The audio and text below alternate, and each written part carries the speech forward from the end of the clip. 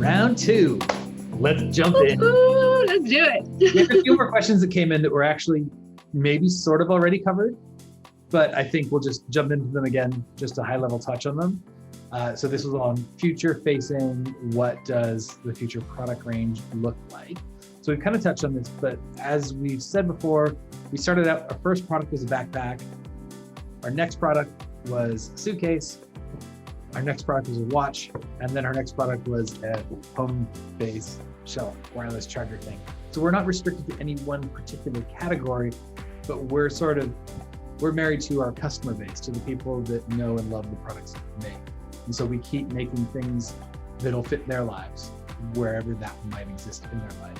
So we believe in the loyalty of our customers and in making things that make their lives easier. And our customers are us. We're millennials. We like to travel. We like to work on laptops in different places. So making things that make our lifestyle a little bit easier. Excellent.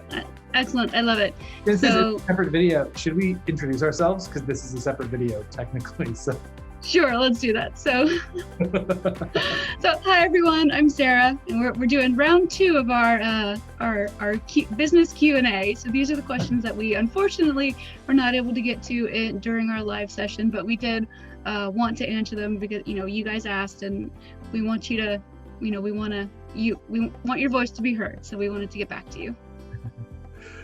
Cool. Excellent. Okay, so Adrian just gave a little spiel on the future and what the future of SoulGuard looks like. So I believe John Eric, Kathleen, Ye, and Rob, you all were asking similar questions in that vein. So that should be that. Okay, next one. Got too excited to jump the gun. This one comes from Fabian. Do you have a strategy to keep on growing if the travel bans were to be extended? Yes, so that also actually ties into the product thing where we have these products that exist. So travel bans largely affect air travel, whereas we do still sell products which people use for their travel in a car. So we've got duffel bags, we've got backpacks, we've got solar powered speakers, and these are kinds of things that people will use in their lives, their everyday lives, their backyards, camping trips, that kind of thing. So I think that's an easy category for us to go into, but as well just focusing on some of the remote work needs.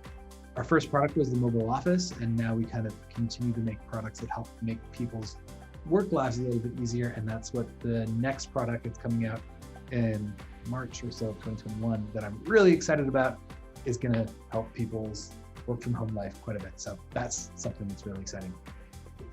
Yeah, exactly. And just to reiterate, I know we spoke about it a lot in the first video, but on the list, the product wish list of about 10 to 15 things that we want to tackle. A lot of this stuff is actually not travel specific. So while we have done travel, we were able to pivot this summer with the launch of the home base and kind of tackle some of those non-travel things. So you guys are gonna start to see a lot of that stuff coming out next. So that should help insulate a little bit given the nature of the world. So excellent. All right, so the next question comes from Parker.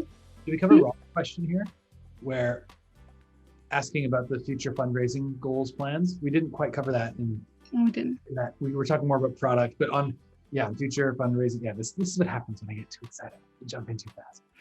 That's okay. Yeah. So question from Rob. So Rob asked, what are our future fundraising goals and plans? So fundraising wise, we've been mostly bootstrapped. We've used Kickstarter as a way to fund new product initiatives, where we fund the research and development and prototyping, and then launching the product on Kickstarter. Then the community that's passionate about that product will fund that first production batch, which really gets the wheels moving. So Kickstarter is a method we will still use for new product innovations when we launch a new category, because that can save us significant amounts of money when launching into a new category. It also allows us to test the market. So then for $20,000 or $30,000, we can test into a market and see if it works. And then we can raise $500,000 and get that thing started. And that way we know that we are on the right track rather than investing $500,000 and like crossing our fingers. This way we're able to enter it in a good way. Fundraising, we're raising $1 million here on Start Engine. And that's kind of what our fundraising need is for now. Beyond that, we're planning to keep running off our own steam as much as we can. we want to grow as quickly as we can to be self-sustaining, but without needing to take on too much money or take on too much outside investment. Just kind of, we want to grow as efficiently as possible and as smartly as possible. So not restricting growth. Excellent. I love it. Okay, so the next question comes from Parker. So Parker asks, when will the new product be in customers' hands?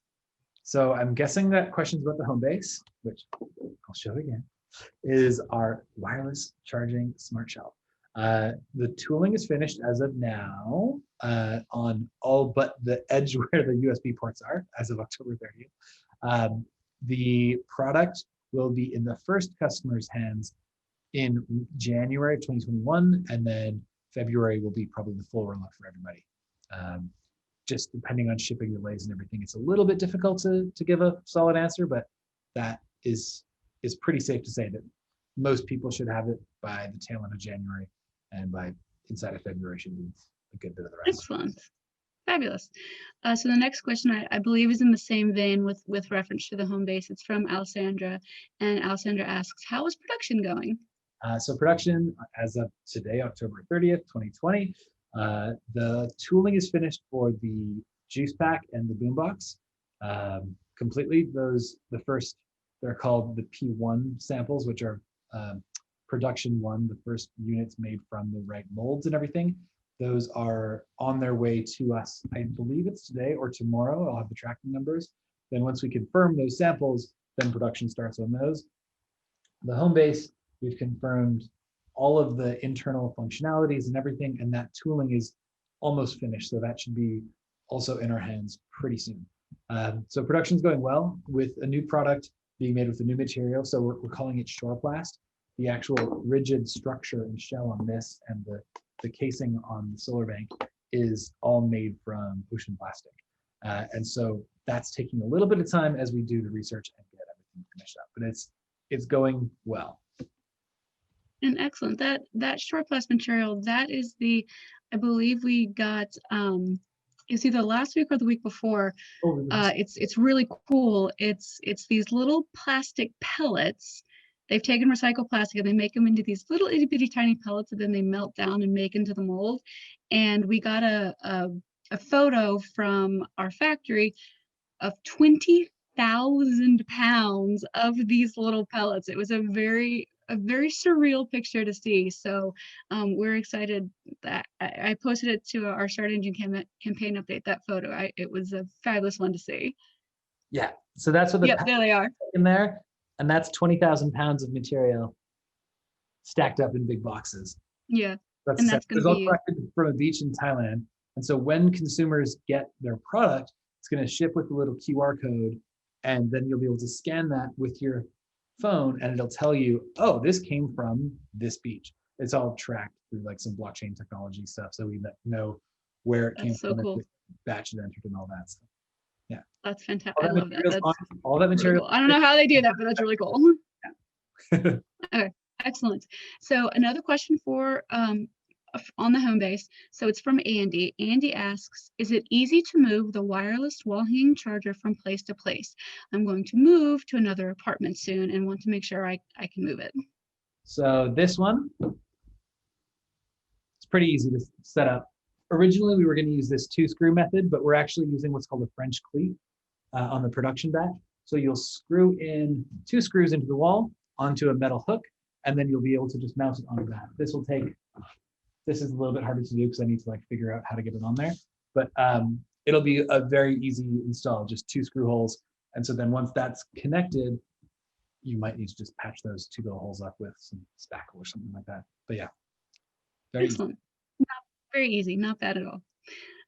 Okay, so the next question is to the juice pack and the boombox, and it's from Frankie. Frankie asks, how loud is the boombox compared to the juice pack, and is it possible to add both of them to the home base for surround sound?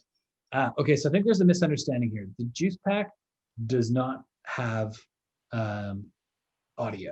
So actually, maybe the easiest way for me to do this is to grab one and show you. The juice pack is a power only device. We're getting a little tour of the office. I love it, getting a tour. Hi, Brittany. Fabulous. So here's the old version. I'll show you quickly. So this is the old version solar bank and the old boombox. So this is power only, and then this is the speaker. Version. And then boombox is power and speaker. And this is the updated version. So it's got a larger solar panel, and then it's speaker on the side. It's also got wireless charging for your phone on the top. So this is a power bank. It's a solar powered power bank and Bluetooth speaker. The Juice Pack has a bigger battery in it and is just a solar power bank. So you can't connect them with surround sound, but you can connect two of the speakers with each other. You can pair them together for surround sound. Ah, perfect. Very cool. Okay. Alrighty, and I believe we have one final question with the home base, and it's from Eric. Eric asks, for the home base for the wireless charging capabilities, is the Samsung Note 20 supported? Yeah, probably something like 2.0. Yes, so fortunately, 2.0, sorry. Fortunately, all the wireless charging, all the phone companies decided to standardize their wireless charging, so everyone uses the Qi standard, QI. It's like capital Q, lowercase I. So that Qi standard allows everyone to have easy wireless charging that works across the spectrum. So yes, you're good. Oh, excellent. Okay, so we have another production and product question from Terry. So Terry asks, what are the raw materials used in the manufacturing of one suitcase and the time involved? So making a raw suitcase, so there's a couple of components. The polycarbonate shell. This is a polycarbonate shell, which is a very durable material. You can stand on it, jump on it, sit on it. We are using close to 50% recycled material inside of that. So that is what's used to make the shell. Then there's an aluminum trolley handle. Then there's an aluminum frame on the suitcase as well. We're using recycled material where we can for that. It's a mix of some virgin and some recycled aluminum. That's kind of we're kind of at the mercy of our supplier for that because we're ordering it and we've asked them to use as much as they can. And then inside of the suitcase is the fabric, and that fabric is made from ocean-bound plastic, and that is Shortex material on the inside, which is the same thing that we use which is the same material that we use in the lining of our backpacks. And then there's the shelf, which is also made from Shortex material that is part of the hanging closet. And that Shortex material, actually, Adrian, I know if anyone's familiar with the campaign, they should know, but that we actually developed that Shortex material last year, and it was a Fast Company award winner for a world-changing ideas in 2020. So want to get that out there, that material is pretty special. It's nice to have our little words here. And show up all the awards. And in case you missed it, this is a pretty hard one to miss, but in case you missed it, our suitcase won Time Magazine Best Inventions of 2018 for the closet system. The closet feature. Fantastic. Okay, next question is around Start Engine itself. So this question comes from Susan. Susan says, the question about Start Engine investing, I thought I was buying shares of some sort, yet the disclaimer says that it's not. Yes, you are buying shares in the company. Maybe the disclaimer, if it's like in the fine print, is saying something about, I think that the funds go into an escrow account, and then for like a period of time, I think it's 21 days maybe, or 14 days or something. Something like that, yeah. And then when there's a button hit on the other side of, yes, take the funds from the escrow account into the company, that's where the actual share ownership process is created. So it might be for that 14-day period while it's in escrow, you don't technically own shares. It's probably something like that. That sounds like more of a technical question for the Start Engine folks, and their email address is contact@startengine.com. Yeah. We should probably be able to clarify that. Yeah, but I can personally attest to the many hours that I have spent with the SEC setting up all of this stuff. You are a bona fide owner of shares of stock of Solgar Designing. So they are 100% true shares of the company. Okay, the next question comes from Ryan. Ryan asks, well, he actually has two questions. He says, two questions. Who is the retail partner and what per unit cost have you negotiated with them? Simply, why are you raising money? So the retail partner, we can't disclose who it is. It's a major US retailer that you have certainly heard of.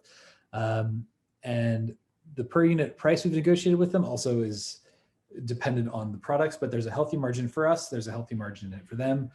Everyone's happy on that side. The reason why we're raising money is for investing in more inventory. So typically with a retail partner requires a capital investment. And that retail partner alone is not the reason why we're seeking investment. But we need to typically buy inventory to have in our warehouse for, it usually takes about 60 days to make the goods, 30 days to ship the goods, and then get it in our warehouse. So there's a minimum 90-day window until we receive the goods. And so the funding inventory as we're growing, so if we're doubling every year or more, hopefully, as the business grows, the capital requirements for more inventory gets higher and higher. And while we can be operating profitably on a per unit basis, if our unit needs are growing at a factor of 2x and our revenue is growing at a factor of 2x, that still doesn't quite meet that gap. So we're raising money to make sure that we have enough in the hopper as those things grow together. The sales is kind of a lagging indicator. And so for us to get enough inventory in advance so we can get it all upfront. Exactly. I'm trying to do it on a drawing chart with my hands. I don't know if that makes any sense. The air chart completely works. If you have, Sarah, you've got an MBA and way more education on this. Oh no, it's okay. Yeah, but no, just add any more to it, feel free. Yeah, and just to add to, obviously a couple of the three main things that we're using that will be the use of funds are inventory, finalizing some product development. Again, we have a long list of things that are about 90% to the finish line. So it's getting those things across the finish line and actually bringing them live, bringing them to market, and then really getting deep into our marketing and our marketing consumer insights and analytics. So it's really those three things. So, excellent.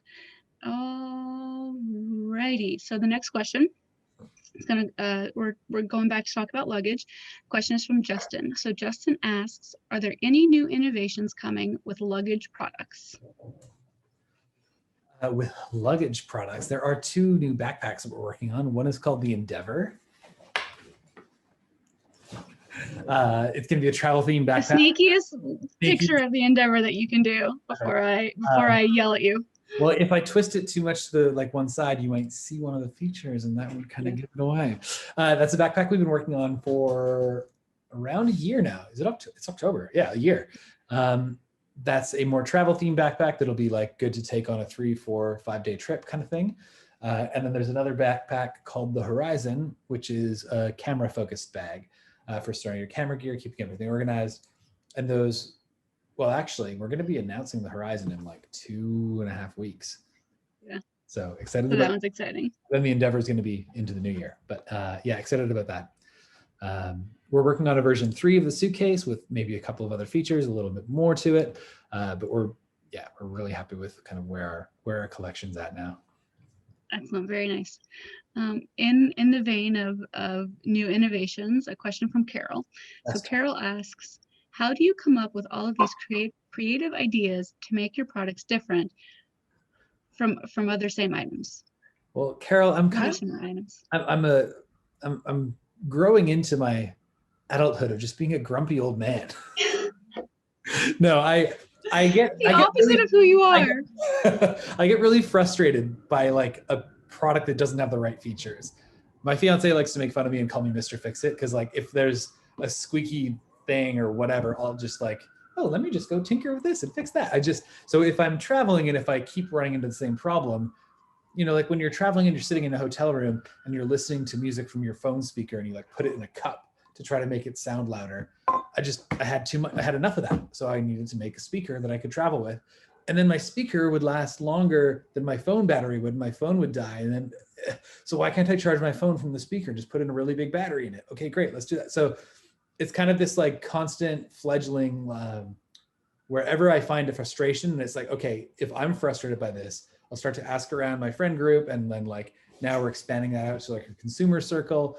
And if other people feel a frustration with that same thing, then we boil it down, distill it to, okay, what's the actual problem we're addressing here? And what's a real solution that we can introduce that actually makes that better? And that's kind of part of this dual mandate approach that we have, where every product we make needs to make your life better in some way. And it needs to look good. It needs to be made sustainably. Put the two together.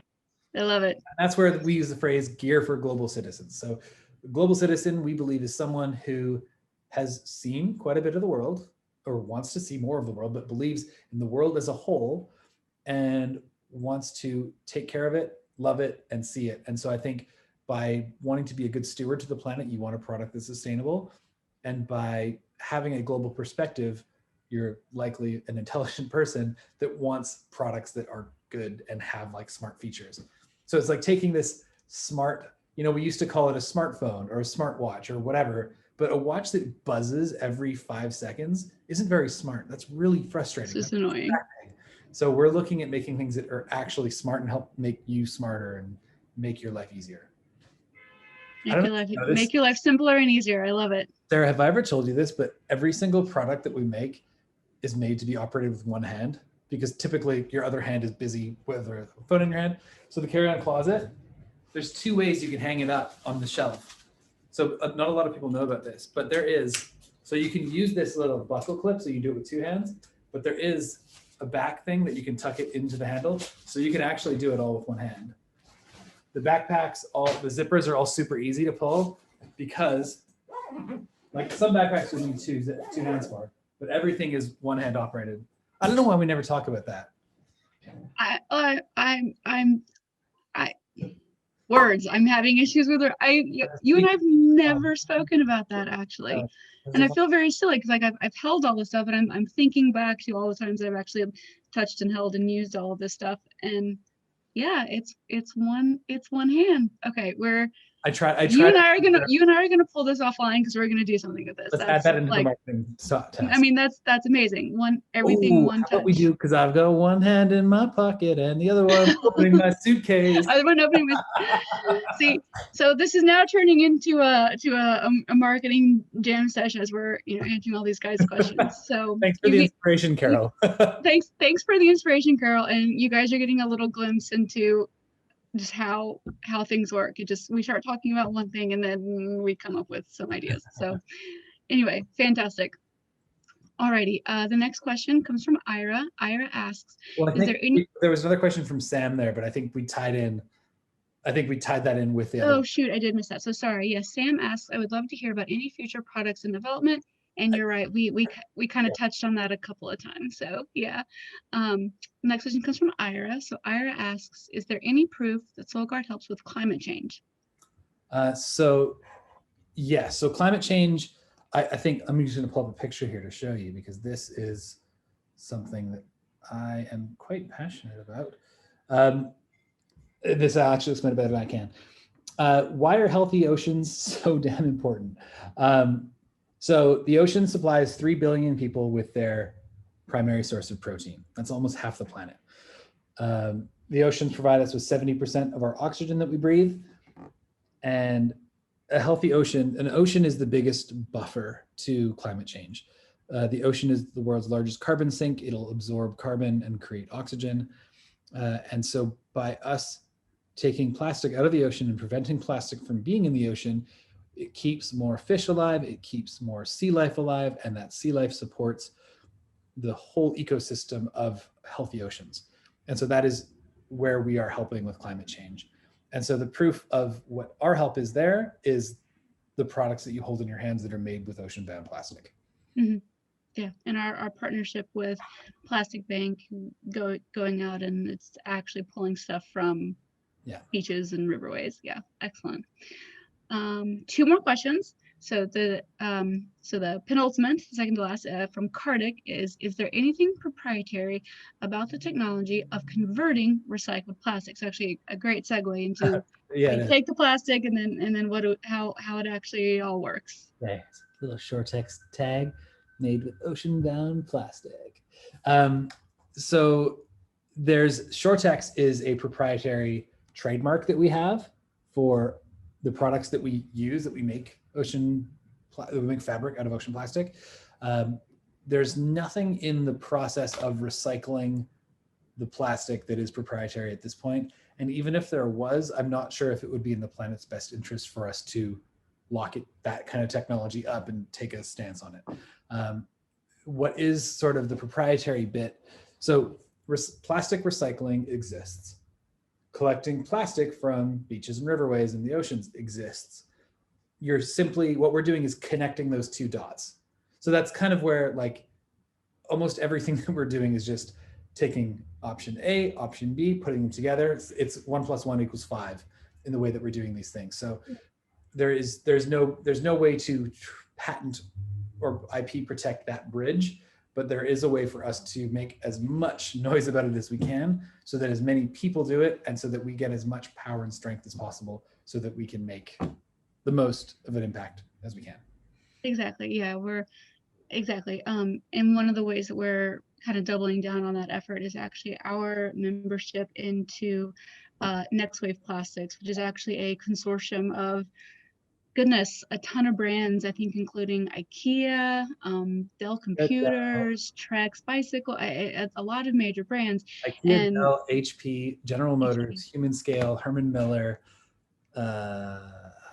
There's a bunch of big ones. Yeah. And the idea of Next Wave Plastics is you get all these consumer brands together to actually figure out the way to include recycled plastic into all of our supply chains. So it's not just us. The group of us at Solhard are not going to figure it out. Yeah, we're not going to figure it out. We need, and us selling our products alone with ocean-bound plastic isn't going to make a mark. We need everyone doing it. We need industry love and industry support for doing it. So our membership in this has actually gotten us access to some pretty cool factories and some pretty cool groups that are doing some fabulous stuff that we're all benefiting from. Yeah. Exactly. A rising tide lifts all boats, and that's kind of the thought, is that we're all in it together. Yeah, exactly. Okay, so the last question, drum roll. So this is from Humberto, and again, for everyone, if I am mispronouncing your names, I do apologize. So please forgive me. For this last question, is there a way I can get involved with your business? The idea of reducing plastic really interests me. Cool. Yeah. Thanks, Humberto. I think the best way to get involved with us is sharing the news about the business, what it is we're doing, what products we're making, and you can invest. That's why we're here on Start Engine now, is people can invest in the business, and then the money that goes into the business funds further innovation and research of how we can utilize these products and these materials. And then by anyone that purchases one of our products or uses our product, it has a message on it about sustainability. Our logo is very obviously about recycling and the circular economy that we're hoping to be a big part of building. I think that's, you can invest into the company, and we can do that. We have a nonprofit as well that's not a part of this company, but it's sort of a part of everything that I've been learning as we've been diving deeper and deeper into things with ocean plastic. It's a chance for us to create solutions at a bigger scale. I'm inventing these products for the consumer world, but then have realized that we can take some of that skill set that I've developed on like inventing things to invent larger scale things. And so we have this idea for something that we're calling the ocean plastic filter, which is a collection system that can exist in the most polluting rivers in the world. And that system can collect plastic out of the rivers before it enters the ocean. And then that raw material can be upcycled and used to make products, to make whatever, to make building bricks for houses and anything. And so really, by investing in the business, you're a part of this ecosystem of what's driving towards being part of building a large global scale circular economy, making the oceans a healthier and happier place. So please, if you're comfortable in investing, you're welcome to do so at startengine.com/SoulGuard. And we'd love to have you as a part of the company, as a shareholder. Excellent. Okay, so that was it. That was all. That was our last question. So again, truly thank you to everyone who submitted questions.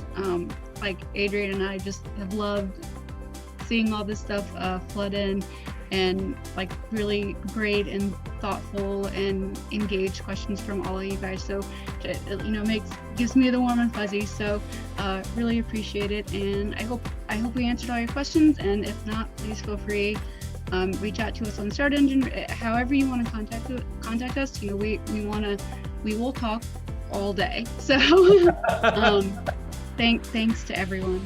Yeah, We appreciate it.